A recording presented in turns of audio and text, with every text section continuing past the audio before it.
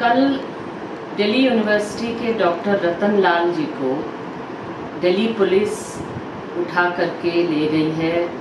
तब से वो डिटेन्ड हैं। उन पर एफआईआर लगाई गई है। उन पर सांप्रदायिक भेदभाव फैलाने के जो आईपीसी के सेक्शंस हैं वो लगाए गए हैं। और ये सब क्यों? क्योंकि शायद मोदी राज में व्यंग्य करना मना है। ज्ञानवापी मस्जिद के नीचे शिवलिंग पाया गया है। इस तथाकथित प्रचार के बहाने बाबरी मस्जिद विध्वंस की पूरी परिघटना को दोबारा दोहराने की साजिश चल रही है। उस साजिश के खिलाफ कई लोग बोल रहे हैं। उसमें प्रोफेसर रविकांत बोले लखनऊ यूनिवर्सिटी के, तो उन पर दो बार हमला हो गया। यहाँ पर दिल्ली यूनिवर्सिटी के प्रोफेसर रतन लाल जी बोले, उन्होंने ट्विटर पे ट्वीट लिखा, फेसबुक पर पोस्ट लिखा, तो इसके लिए उन पर एफआईआर लग गई है और ताबड़तोड़ दिल्ली पुलिस उनको गिरफ्तार करके ले गई। लेकिन ये बताइए कि व्यंग्य के लिए तो तुरंत गिरफ्तारी हो जा रही है और सांप्रदायिक भेदभाव फैलाने की, सांप्रदायिक तनाव भड़काने का आरोप लग जा रहा है। दिल्ली पुलिस बिल्कुल तुरंत इसमें एक्शन में आ जा रही है। लेकिन दिल्ली में इतनी बार मंत्रियों से लेकर के, भाजपा के टॉप लीडर्स से लेकर के और संघ परिवार के और जाने माने चेहरे जगह जगह बार बार अल्पसंख्यक समुदाय के लोगों को गोली मारने के, उनका जनसंहार करने के बार बार धमकियां देते हैं।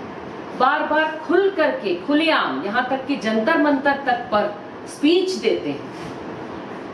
लेकिन उन पर कोई कार्रवाई नहीं होती, उन पर यही सेक्शंस नहीं लगते, उन पर ये आरोप नहीं लगते।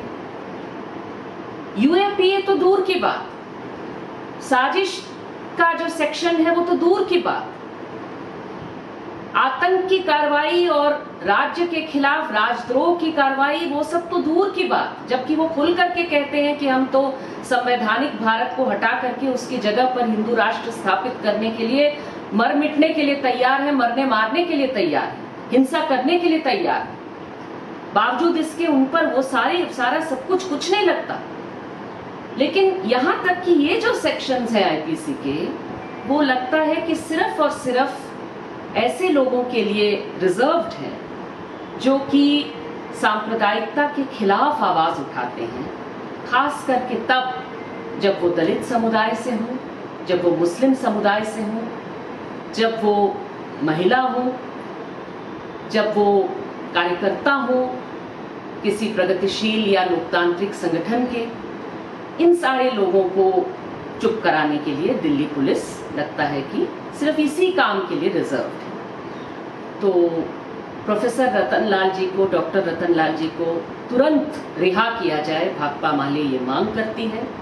हम मांग करते हैं कि उनके खिलाफ से ये जो हास्यास्पद एफआईआर, इसको तुरंत वापस लिया जाए। व्यंग्य करना कोई गुनाह नहीं है। किसी लोकतंत्र में व्यंग्य के बहाने सच्चाई को उजागर किया जाता है, किसी चीज़ को एक नए नज़रिए से देखने के लिए प्रेरित किया जाता है। व्यंग्य पर किसी तरह की रोक नहीं लगाई जानी चाहिए। आपको अच्छा न लगे किसी की बात, तो बात को बात से काटना चाहिए। बात को दबाने के लिए किसी को जेल में डालना, किसी को धमकाना, किसी को जान की धमकी देना, किसी पर बार बार हमला करना, ये सारी चीज़ें किसी भी लोकतंत्र में नहीं होती हैं। ये हो रही हैं आज हमारे देश में। इससे पता लग रहा है कि हमारे देश का लोकतंत्र होना ये खतरे में है। इसलिए देश के सभी नागरिकों को बोलना होगा, प्रोफेसर रतन लाल के पक्ष में, प्रोफेसर रविकांत जी के पक्ष में।